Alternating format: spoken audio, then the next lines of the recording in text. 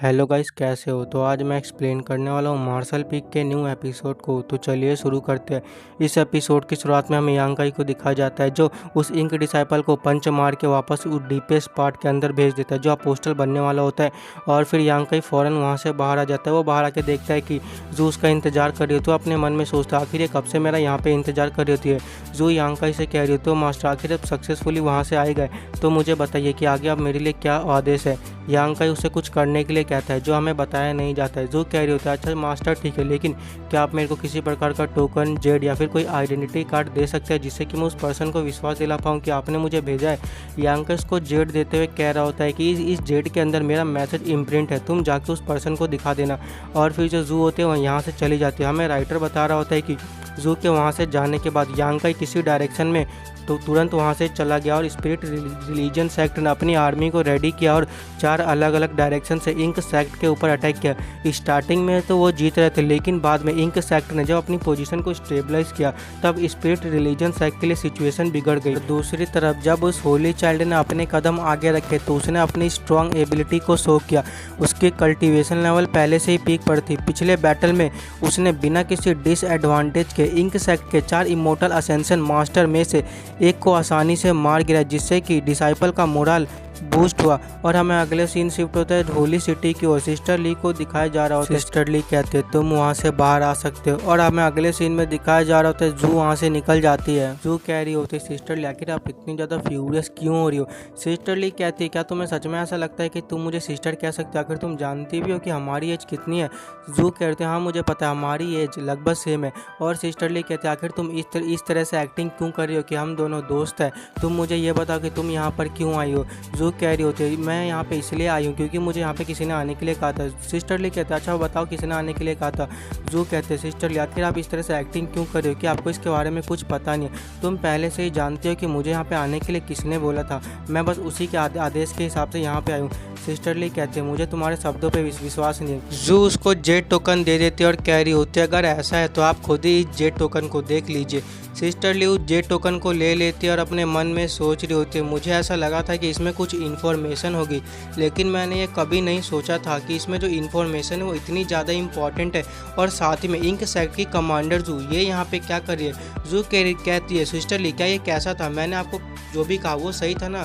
Sister ली कह रही होती है, इसमें जो भी इन्फॉर्मेशन है वो तो ठीक है, लेकिन मुझे तुम्हारे ऊपर विश्वास नहीं है, क्योंकि जितने भी मैन होते हैं वो आसानी से महिलाओं से धोखा खा जाते हैं। जू कह रही होती है, सिस्टर ली आपको परेशान होने की कोई ज़रूरत नहीं है, मैं आपके साथ ट्रूली लॉयल हूँ। जू कहती है, सिस्टर ली आपको परेशान होने की कोई ज़रूरत नहीं है, मैं आपके साथ ट्रूली लॉयल हूँ।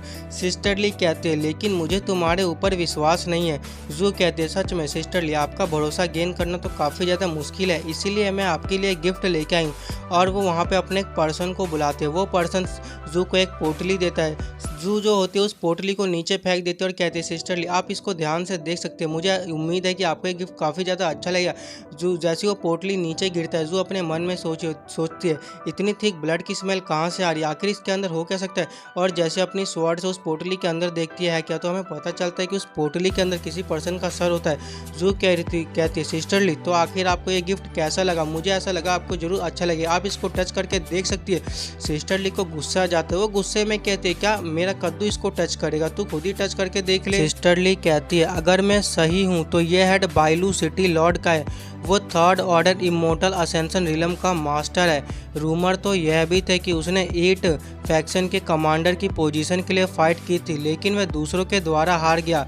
लेकिन जब वो कमांडर की पोजीशन के लिए फ़ाइट कर सकता है, तो इसका तो यह मतलब है कि वो इतना भी ज़्यादा वीक नहीं होगा।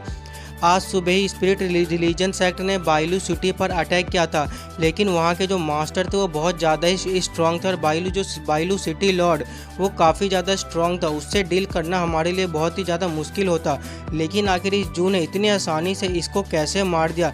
सिस्टर ली कहती है, मुझे ऐसा नहीं लगता कि उस पर्सन ने तुम्हें किसी को मारने के लिए कहा होगा।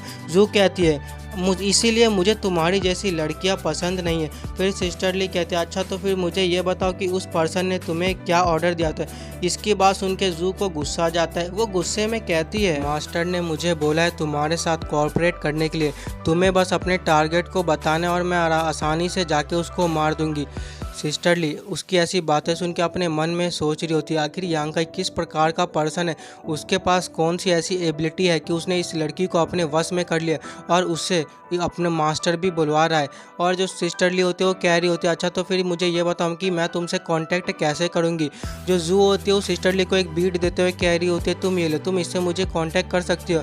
और सिस्टर ली उस बीट को लेते हुए कह रही होती है मैंने तो कभी सोचा ही नहीं था कि तुम्हारे जैसी विमेन किसी पर्सन के सामने नी डाउन करेगी या फिर उस यांकाई ने तुम्हें किसी और प्रकार से सेटिस्फाई किया है। उसकी ऐसी बातें सुन के जू को गुस्सा आ जाता है। वो सिस्टर ली के पीछे अचानक से आ जाती है, उसका गला पकड़ लेती है और कहती है मास्टर तुम्हारी इमेजिनेशन से भी ज़्यादा स्ट्रांग है, तुम्हें यह भी नहीं पता कि उनकी पावर कितनी ज़्यादा है। अगर तुमने मास्टर को अपसेट कर दिया तो फिर याद रखना मैं तुम्हें आसानी से जाने नहीं दूंगी, मैं तुम्हें जान से मार दूंगी। और फिर जू उसके पीछे से चली जाती है। सिस्टर ली अपने मन में सोच रही होती है आखिर ये इतनी पावरफुल कैसे हो सकते हैं, मैं तो अपनी बॉडी को मूव भी नहीं कर पा रही। आखिर इस 1 साल के अंदर इसने ऐसा क्या सीखा है कि ये इतनी पावर हो चुकी है और साथ ही में इसको मास्टर ने इसको क्या सिखा दिया है। सच में ये मेरे से बहुत ही ज़्यादा पावरफुल है, अगर ये मेरे को जान से मारना चाहती तो ये मेरे को आसानी से मार सकती है, मैं तो इसको रोक भी नहीं पाऊंगी। शिफ्ट होता है यांकाई की और जो सीनियर मुंह के घर के पास आ जाता है और आवाज़ देते हुए कह रहा होता है सीनियर मुंह। यांकाई की आवाज़ सुन के वो छोटी बच्ची घर से बाहर आ जाती है। वो गुस्से में यांकाई को कह रही होती है तू कमीने, तू फिर से यहाँ पे आ गया, मैं तो उसे कहती हूँ तू मेरी सीनियर सिस्टर से दूर है नहीं तो मैं तेरा वो हाल करूँगी। उसके आगे बोलने से पहले सीनियर मुंह घर से बाहर निकलती है और उसके सर पर एक मुक्का मार के उसको रुला देती है और वो छोटी बच्ची वहाँ से रोते हुए दूर आ जाती है। वो दूर से ही बोल रही होती है मैं तेरे को कहती हूँ तू मेरी सीनियर सिस्टर से दूर है, अगर तू दूर नहीं रहा तो मैं तेरा बहुत बुरी तरह से मारूंगी। यांकाई कह रहा होता है अच्छा क्या हो अगर मैं तुम्हारी सीनियर सिस्टर के पास जाऊँ। उस बच्चे को गुस्सा जाता है, वो गुस्से में कह रही होती है अगर तूने ऐसा किया तो फिर मैं तेरा सर फोड़ दूंगी। और फिर वो बच्चे यांकाई को वहाँ से चिढ़ा के भाग जाती है। वो यांकाई के पास आ जाती है और उससे कहती है क्या तुमने कुछ नोटिस किया।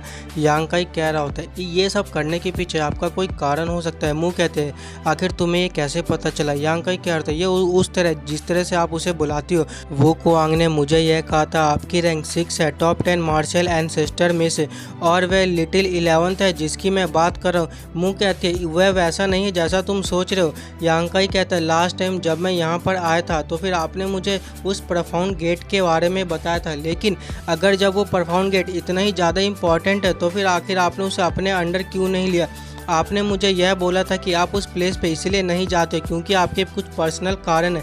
हाउएवर आप ही वो पर्सन हो जिसने इंक के पीसेस को प्रोफाउंड गेट में सील किया है, तो आखिर आप उस गेट से इतने ज़्यादा क्लोज कैसे हो सकते हो। इसीलिए मैंने ये सोचा कि उस प्रोफाउंड गेट से ज़्यादा क्लोज आपके अलावा कोई और भी पर्सन हो सकता है। कुआंग कहता है तुम्हारे कहने का ये मतलब कि वो लिटिल 11th है।